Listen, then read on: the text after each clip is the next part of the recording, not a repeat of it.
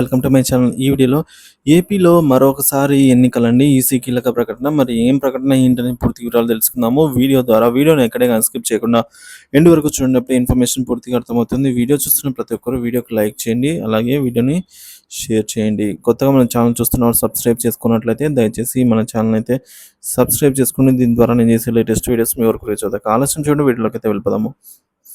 YCP ఎంపీలు ఆ party Mopidevi Venkataramana, B మస్తానరావులు రాజీనామా చేసిన విషయం తెలిసిందే.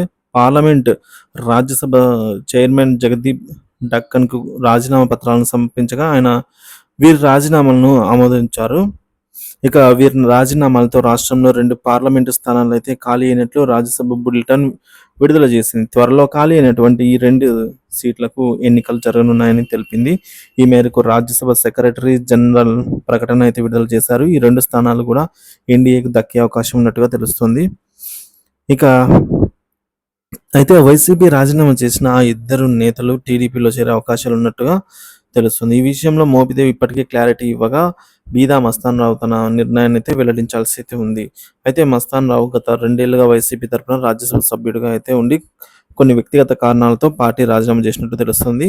ఇకపోతే మోపిదేవి టీడీపీలో చేరుకున్నట్టుగా వెల్లడించారు. రాజ్యసభ సీటుపై తనకి ఆసక్తి లేకపోవడంతో ఆయన ఎమ్మెల్సీగా అవకాశం కల్పించే ఛాన్స్ అయితే ఉంది. దీంతో పాటుగా మోపిదేవికి మంత్రి పదవికి కూడా ఇచ్చే అవకాశాలు ఉన్నాయైతే రాజకీయ వర్గాల్లో చర్చ నడుస్తుంది.